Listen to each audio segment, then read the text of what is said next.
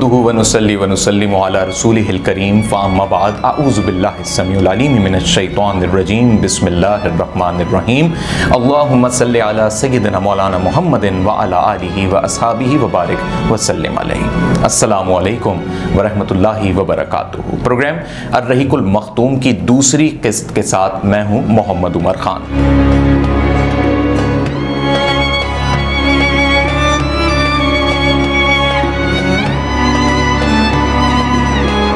गुज़िश्ता किस्त चूँकि अर्रहीकुल मख्तूम की पहली किस्त थी, उसमें हमने आपको बनु कुरैश के हवाले से बताया कि किस तरीके से बनु कुरैश ने मक्का के ऊपर अपनी हुक्मरानी कायम की और ख़ुद को मजबूत किया, और इख्तिताम हमने यहाँ पर किया था कि बनु हाशिम किस तरीके से वजूद में आए। आज हम आपको खानवादा मोहम्मद सल्लल्लाहु अलैहि वसल्लम के हवाले से बताएंगे, जो कि बनु हाशिम से ही मुताल्लिक है। हमने आपको पिछली किस्त में ये बताया कि जब हाशिम का नाम कुरा के ज़रिए निकला तो मक्के की चाबियाँ, हाजियों की खिदमत गुजारी और तमाम तर काबतुल्लाह के माली मामलात भी हाशिम को ही मिल गए। हाशिम का असल नाम हाशिम नहीं था। तारीख़ में उनके हमें दो नाम मिलते हैं। ज़्यादा इत्तेफाक इस बात पर है कि उनका असल नाम अमर था, और कुछ रिवायात में उनका नाम उमर मिलता है। उमर और अमर ये दोनों अलहदा अरब में नाम माने जाते हैं।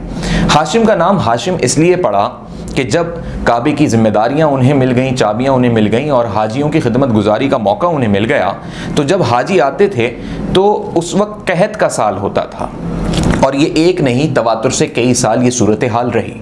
हाजियों की खुराक का बड़ा मसला होता था, और उस वक्त काबतुल्लाह के इतने ज़्यादा फंड्स या इतने ज़्यादा माली कह लीजिए कि हालात बेहतर नहीं थे कि तमाम तर हाजियों को बहुत सैर हो के खाना खिलाया जा सके। लिहाजा हाशिम ने ये हिकमत अपनाई कि पहली दफ़ा अरब के अंदर सालन बना, शोरबा बना, और ऐसे खाने बने जिसमें पानी ज़्यादा था, और रोटियाँ इस तरीके से तैयार की गईं कि उनके टुकड़े कर दिए गए, छोटे छोटे टुकड़े, यानी एक रोटी के 4-5 टुकड़े कर दिए गए, और ये दस्तरखान पर फैला दिए गए। अब जब हाजी ये खाना खाते थे तो कौन कितना खा रहा है ना इसका पता लगता था, और सबके पेट भर जाते थे, यानी इतनी उसमें बरकत हो जाया करती थी कि सब इसकी तारीफ करने लगे। तो इसे अरब ज़ुबान में तकसीम करने वाले का नाम दिया गया कि रोटियों को तकसीम किया गया, सालन और शोरबे को तकसीम किया गया, और यूं अमर का नाम हाशिम पड़ गया। हाशिम कहते ही तकसीम करने वाले और बांटने वाले को हैं। हाशिम ने एक काम ये भी किया कि उन्होंने ये देखा कि कहत साली ये माली हालात कैसे बेहतर हों। उन्होंने कहा कि बेहतर होने का यही तरीका है कि अहले कुरैश यानी ये अरब कबाइल बिलखुसूस मक्का के लोग तिजारत करें, और उन्होंने ये तय कर लिया कि एक सर्दी का मौसम और एक गर्मी का मौसम, इसमें काफ़िले जाएं, शाम की जानिब जाएं, यमन की जानिब जाएं, अरब के दूसरे इलाकों में जाएं और तिजारत करें। लिहाजा लोगों ने इस बात को सराहा, और खजूरों की तिजारत हुई, कपड़े की तिजारत हुई, इस तरह माली हालात बेहतर होना शुरू हो गए। हाशिम खुद भी तिजारत के लिए जाया करते थे, और जब एक रोज़ उनका तिजारत का इरादा हुआ और वो तिजारत के लिए गए तो मदीना से होते हुए गए। मदीना में उन्होंने कुछ रोज़ क़याम किया, और तारीख़ हमें बताती है कि मदीना का एक कबीला जिसका नाम बनी निजार था, उसकी एक बहुत ही बरगज़ीदा इबादत गुजार ख़ातून का उन्हें इल्म हुआ, जिनका नाम सलमा बिनते अमर था। उनकी ख्वाहिश पैदा हुई कि इतनी ज़्यादा अल्लाह के करीब, इतनी ज़्यादा इबादत गुजार ख़ातून, क्यों ना मैं इनसे निकाह करूं। उन्होंने अपने निकाह का पैगाम भेजा। सलमा बिनते अमर के वालियों ने इस पैगाम को कबूल किया, क्योंकि हाशिम का पैगाम आना निकाह का कोई मामूली बात नहीं थी। ये काबतुल्लाह की चाबियां संभालते थे, ये ख़ुद भी बड़े बरगज़ीदा और बड़ी नामवर शख्सियत थे अहले अरब में। तो ये एक बड़ा ही स्ट्रॉन्ग रिलेशन बना और बहुत ही खूबसूरत ताल्लुक़ पैदा हुआ, और उनका निकाह हुआ। हाशिम कुछ रोज़ मदीने में ही रुके, और उनका सलमा बिनते अमर के साथ कुछ अरसे उनका साथ रहा, और उसके बाद वो तिजारत की गर्ज से आगे बढ़ गए। कहा जाता है कि सलमा बिनते अमर इस दौरान हमल से हो गई थी, और जब हाशिम तिजारत के लिए आगे बढ़े तो वो शाम की जानिब चले गए, फ़लस्तीन की जानिब चले गए, और फ़लस्तीन से जब वो गज़ा पहुँचे तो उनकी तबीयत में बिगाड़ पैदा हुआ, वो बीमार पड़े, और फिर उसी बीमारी में उनका इंतकाल हो गया।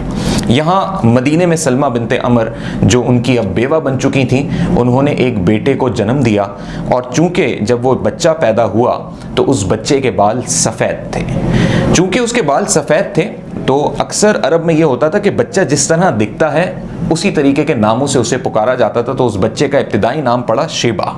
शेबा के मायने होते हैं सफ़ेद, सफ़ेदी वाला, सफ़ेद बालों वाला। तो उस बच्चे का नाम शेबा पड़ा। ये शेबा हाशिम के बेटे हैं और इस वक्त ये जब पैदा हुए हैं तो ये यतीम हैं। तारीख़ में इन्हें आगे चल के अब्दुल मुत्तलिब के नाम से जाना जाता है। हाशिम के इस शादी के बारे में अहले कुरैश को और हाशिमी ख़ानदान के बाकी लोगों को मालूम नहीं था, ना उनके भाई अब्द शम्स, नौफल और मुत्तलिब को इस बात का इल्म था। अलबत्ता जब हाशिम के इंतकाल की खबर मक्के तक पहुंची तो अब ये तय करना था कि अब काबे की जिम्मेदारियां कौन संभालेगा, क्योंकि अब ये 4 में से 3 भाई रह गए थे और इनके बड़े भाई थे मुत्तलिब। यहाँ पे 2 नाम तारीख में एक साथ हमें मिलेंगे और आगे भी जिक्र होगा। ये समझना लाजमी है कि हाशिम के एक भाई का नाम मुत्तलिब था और हाशिम के बेटे का नाम, जो कि जिनके बाल सफ़ेद थे, उनका नाम इब्तिदा में शेबा पड़ा और आगे चल के उनका नाम अब्दुल मुत्तलिब पड़ा। तो यहाँ पे ये 2 नाम एक जैसे मिलेंगे, इसमें हमें कंफ्यूज होने की ज़रूरत नहीं है। तो हाशिम के बाद मुत्तलिब ने, यानी हाशिम के भाई ने मक्का की जिम्मेदारियां, बिलखुसूस काबे की जिम्मेदारियां संभाली। तकरीबन 10 से 12 साल के बाद मुत्तलिब को ये मालूम हुआ कि हाशिम ने एक शादी मदीने में की थी और उनका एक बेटा भी है मदीने में और वो कबीला बनी नजार में है। उनसे रहा नहीं गया कि मैं अपने भतीजे से मिलने जाऊं और वो इस नीयत से गए कि वो उसको वापस मक्का लाएं, क्योंकि ये तय हो चुका था कि हाशिम के बाद काबे की जिम्मेदारियां हाशिम के बेटे को मिलनी है। लिहाजा वो मदीने पहुंचे, उनकी वालदा से मिले, उनके अहलो अयाल से मिले और इजाज़त दी कि शैबा को वो अपने साथ ले जाएं। उन्होंने इजाज़त दी और वो शैबा को एक 12 साल के लड़के को अपने साथ मक्का ले आए और मक्का में उन्होंने मुतारिफ़ कराया कि इसका नाम अब्दुल मुत्तलिब है। अब्दुल मुत्तलिब के बारे में जब लोगों को मालूम हुआ कि हाशिम के बेटे आए हैं और लोग हाशिम को बेइंतहा चाहते थे, उन्होंने अब्दुल मुत्तलिब को भी उसी शफ़क़त और मोहब्बत के साथ देखा जो अक़ीदत उनकी हाशिम के साथ थी। अब हाशिम के बड़े भाई जो इस वक्त काबे की जिम्मेदारियां संभाल रहे थे, उनका नाम भी मुत्तलिब था। जब वो इंतकाल कर गए तो अब ये बात तय थी कि हाशिम के बेटे के पास, यानी हज़रत अब्दुल मुत्तलिब रज़ी अल्लाह ताला अन्हु के पास काबे की जिम्मेदारियां जानी हैं। लेकिन उनके बाकी 2 चचा, यानी हाशिम के बाकी 2 भाई जिनका नाम अब्द शम्स और नौफल है, उनकी नीयत में ये बात सामने आई या उनके दिल में ये सवाल पैदा हुआ कि क्यों ना हम काबे की जिम्मेदारियां संभालें, हम भी तो अब्द मनाफ से ताल्लुक़ रखते हैं। लिहाजा उन्होंने कोशिश की कि अब काबे की जिम्मेदारियां हमारे पास हों। चूँकि अब्दुल मुत्तलिब तन्हा थे, उस वक्त बहुत कम सिन थे और बहुत ही कम उम्र थे, तो वो उनका मुकाबला नहीं कर सकते थे। लेकिन अब्दुल मुत्तलिब ये जानते थे कि उनका हक है, काबे की जिम्मेदारियां संभालना उनकी जिम्मेदारी है और वो उनके बाप की जिम्मेदारी थी और बाप के बाद ये मामलात बेटे को मिलने थे और यही हाशमी कबीले की असल असास थी। लिहाजा अब्दुल मुत्तलिब ने कुछ वहीं के बनु कुरैश के कबाइल से राब्ता किया, दारुल निदवा के लोगों से राब्ता किया, लेकिन किसी ने भी अब्दुल मुत्तलिब को सपोर्ट नहीं किया। बनु शम्स और नौफल उस वक्त मालदार भी थे और उस वक्त वो ताकत में भी ज़्यादा थे। लिहाजा अब्दुल मुत्तलिब ने मदीने में अपने मामू को ये पैगाम पहुँचाया। उनके मामू का नाम है अबू साद बिन अदई और उनसे मदद मांगी कि मेरे हक़ पर ये नाहक काम किया जा रहा है और मैं हाशमी कबीले का चश्मो चिराग हूँ। मैं चाहता हूँ कि मैं अपने वालिद की जो उनकी रिवायात हैं, जो अल्लाह ने उन्हें सुपुर्द किया, अब वो हाशमी कबीले में रहना चाहिए और मेरे ताया मुत्तलिब ने भी मुझे यही बताया है। लिहाजा अबू साद बिन अदई 80 सवार लेकर मदीने से आए और इनके पास तलवारें भी थीं। गोया कि उनकी ये सोच थी कि अगर हज़रत अब्दुल मुत्तलिब रज़ी अल्लाह ताला अन्हु को उनका हक़ नहीं मिलता, काबे की चाबियाँ नहीं मिलती, तो ये एक जंग की सूरत पैदा होगी। और तारीख़ में ये भी बताया जाता है कि जब वो मक्के पहुँचे तो नौफल ने, यानी अब्दुल मुत्तलिब के चचा ने, अब्दुल मुत्तलिब के मामू से बहस भी की, जिस पर तारीख़ ये बताती है कि अबू साद बिन अदई ने अपनी तलवार भी निकाल ली और ये कत्ल का भी मामला हो सकता था। यहाँ पर अब्द शम्स और नौफल फिर पीछे हटे और फिर इस तरीके से हज़रत अब्दुल मुत्तलिब रज़ी अल्लाह ताला अन्हु को काबे की चाबियां मिल गईं। इसमें तारीख़ ये भी बताती है कि अब्द शम्स और नौफल ने जंग की तैयारी भी की और बनु ख़िज़ा के लोगों से भी राब्ता किया, लेकिन चूंकि बनु ख़िज़ा के लोग अहले कुरैश के साथ तारीख़ी एतबार से खुश नहीं थे और उनसे इक़्तिदार छीना गया था, तो उन्होंने ये तय किया कि वो हाशमी कबीले को ही सपोर्ट करें, यानी अब्दुल मुत्तलिब को, और वो अब्द शम्स और नौफल के साथ नहीं मिले। यहाँ पर यह बात आपको लाजमी जाननी चाहिए कि आगे चल के जो एक मलऊन का जिक्र होगा और वो मलऊन होगा अबू जहल। अबू जहल का ताल्लुक अब्दे शम्स से था, यानी हज़रत अब्दुल मुत्तलिब के चचा के ख़ानदान से था। तो ये तमाम तर मामलात जो हुजूर अकरम सल्लल्लाहु अलैहि वसल्लम के कह लीजिए कि नाफरमानी के आगे चल के पैदा हुए, उसमें बहुत हद तक ये फैक्टर्स भी शामिल थे कि अब्दे शम्स को काबे की चाबियां नहीं मिली थीं, बनु हाशिम का इक़्तिदार मजबूत हुआ और हज़रत अब्दुल मुत्तलिब को लोगों ने चाहा और अल्लाह ने उन्हें मुकर्रब किया।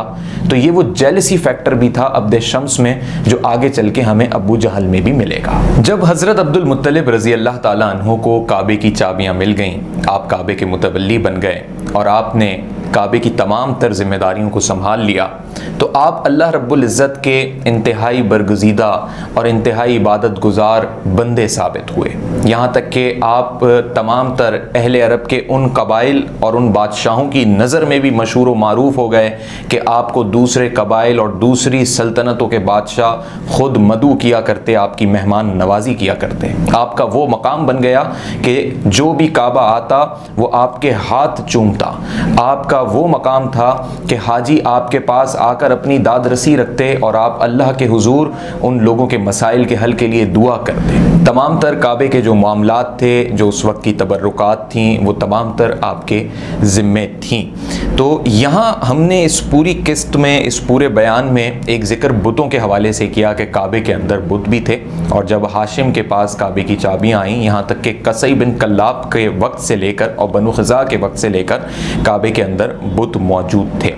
यहाँ ये वाज़े करना ज़रूरी है और समझने वालों को ये भी समझना ज़रूरी है कि जब हज़रत इब्राहीम अलैहिस्सलाम और हज़रत इस्माइल अलैहिस्सलाम ने काबे की तामीर की थी, उस वक्त काबे में कोई बुत मौजूद नहीं था। काबे की तामीर सिर्फ़ खालिसतन अल्लाह रब्बुल इज़्ज़त के एहतराम कह लीजिए, अक़ीदत कह लीजिए, इबादत के लिए की गई। काबे की तामीर का बुनियादी मकसद ही ये था कि अल्लाह रब्बुल इज़्ज़त का ये हुक्म था हज़रत इब्राहीम अलैहिस्सलाम को, और उन्होंने अपने जमा साल बेटे हज़रत इस्माइल अलैहिस्सलाम के साथ मिल के तामीर की थी।